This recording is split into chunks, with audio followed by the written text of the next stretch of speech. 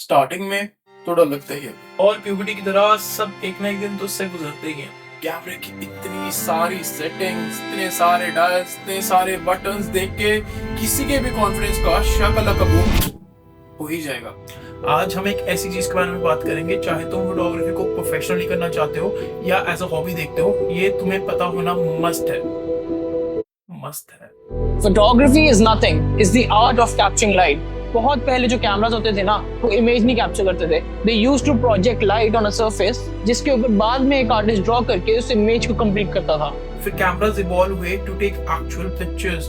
Cameras ने बहुत तगड़ा क्रेजी इवॉल्व किया है, और कुछ कैमरास तो हमारे भाई बहनों के दिमाग की तरह छोटे साइज में भी मिल जाते हैं। कॉमेडी। तो अंदर कब आया? 3 बेसिक्स हैं। अगर तुम उसे मास्टर कर लो तो तुम 90% इमेजेस और 90% वीडियो जैसी भी तुम क्रिएट करना चाहते हो कर सकते हो। पहला है shutter speed. The duration of time the shutter of a camera is open to expose light on to a sensor is what shutter speed is all about. Shutter को एक कर्टन की तरह समझ लो।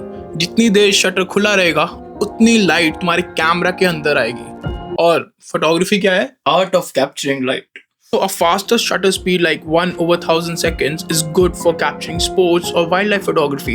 जहाँ तुम्हें मूवमेंट क्रिस्प चाहिए, ठीक है, बट अगेन जितना तेज शटर होगा उतनी कम लाइट अंदर आएगी। On the second hand, slow shutter, जितनी देर शटर खुला रहेगा उतनी लाइट अंदर आएगी, but it comes with a lot of motion and blur in it, right? It is apt for maybe capturing flowing waters, capturing night scenes जहाँ पे light कम हो, जहाँ पे तुम्हें motion दिखाना हो, जहाँ पे तुम्हें movement दिखानी हो. You can get a lot of creative shots using just your shutter speed. But remember, the slower the shutter speed, the more you need to stabilize your camera. So tripod लेना मत भूलना। एक camera human आई की तरह काम करता है। The second basic, aperture, works just like the pupil of your eye. जितना अपर्चर खुला होगा उतनी लाइट अंदर आएगी, you'll get better depth of field, मतलब जो ब्लर है वो ज्यादा होगा। और जितना अपर्चर कम खुला होगा ऑब्वियसली कम लाइट अंदर आएगी, और जो डेप्थ ऑफ फील्ड है वो भी कम होगी, मतलब ब्लर भी कम होगा। आंख मतलब अपर्चर छोटे। Aperture is measured in F stops, मतलब f2.8, f5.6, f1.8। जितना ये नंबर कम होगा उतना अपर्चर ज्यादा खुला होगा, मतलब मोर लाइट मोर ब्लर। और तीसरी चीज क्या है? ISO. It basically means how sensitive your camera's sensor is. More sensitive means more light. तो जितना ज्यादा ISO होगा उतना ज्यादा कैमरे का सेंसर सेंसिटिव भी होगा। That means more light gets projected on it. लेकिन it comes with a drawback.